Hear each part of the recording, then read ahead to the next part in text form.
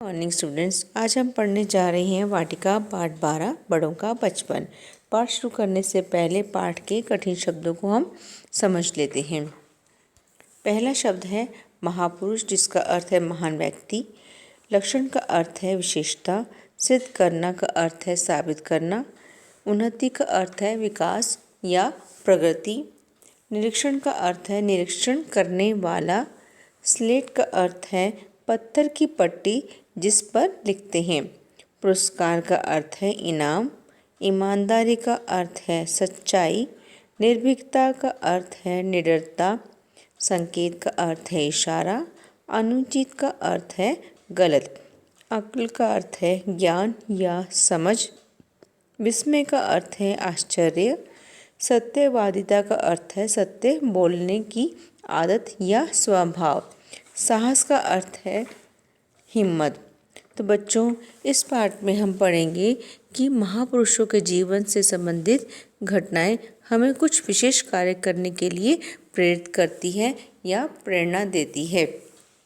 उनके जीवन से प्रेरित होकर, प्रेरणा लेकर या सीख लेकर हम भी उनकी भांति महान कार्य करके महान व्यक्ति बन सकते हैं। आइए जानते हैं कैसे। हमारे देश में अनेक महापुरुषों ने जन्म लिया है, परंतु कोई भी महापुरुष अपने जन्म से महापुरुष नहीं होता है, कोई महान नहीं होता है। उन्होंने अपने जीवन में महान कार्य किए और फिर उन्हीं के बल पर वह महापुरुष कहलाए। किंतु उनके विषय में एक बात सत्य है। वह बात यह है कि उन्होंने अपने बचपन में ही यह सिद्ध कर दिया था कि भविष्य में वह कोई न कोई महान कार्य करेंगे। वैसे भी हमारे समाज में एक कहावत प्रचलित है, पूत के पांव पालने में दिखाई दे जाते हैं। यह एक कहावत है जिसका अर्थ है कि बच्चा अपने भावी जीवन में, यानी कि आने वाले अपने जीवन में कैसा बनेगा, इसके लक्षण बचपन में दिखाई दे जाते हैं। हम महापुरुषों के बचपन की घटनाओं से बहुत कुछ सीख सकते हैं।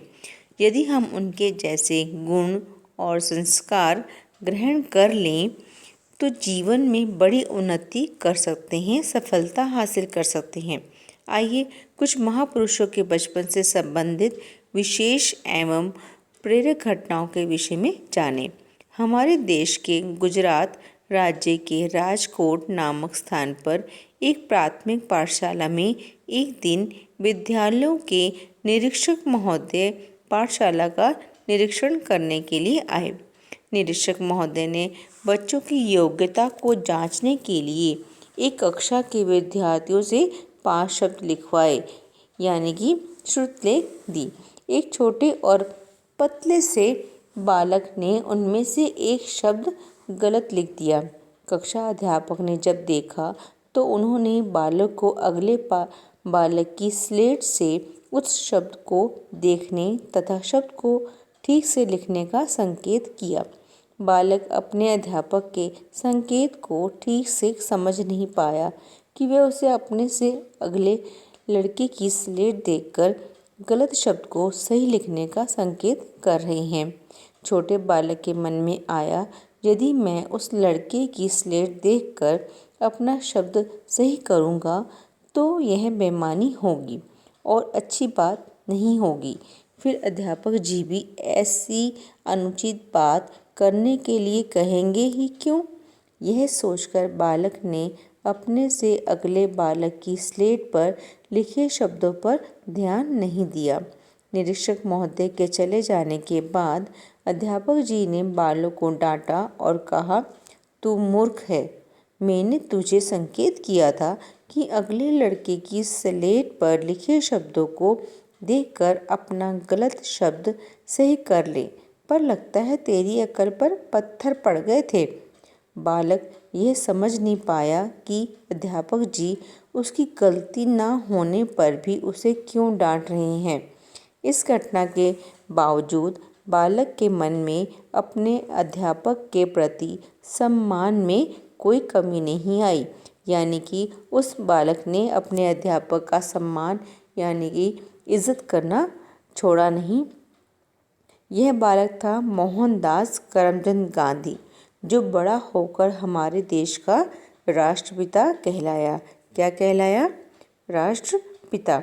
उन्होंने केवल हमें ही नहीं बल्कि सारे विश्व को सत्य और अहिंसा का संदेश दिया।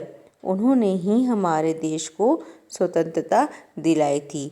तो बच्चों, आज की वीडियो में इतना ही पाठ, बाकी का पाठ हम अगली वीडियो में पढ़ेंगे और तब तक आप शब्दार्थ को याद करेंगे और अभ्यास कार्य को स्वयं करने का प्रयास करेंगी। धन्यवाद।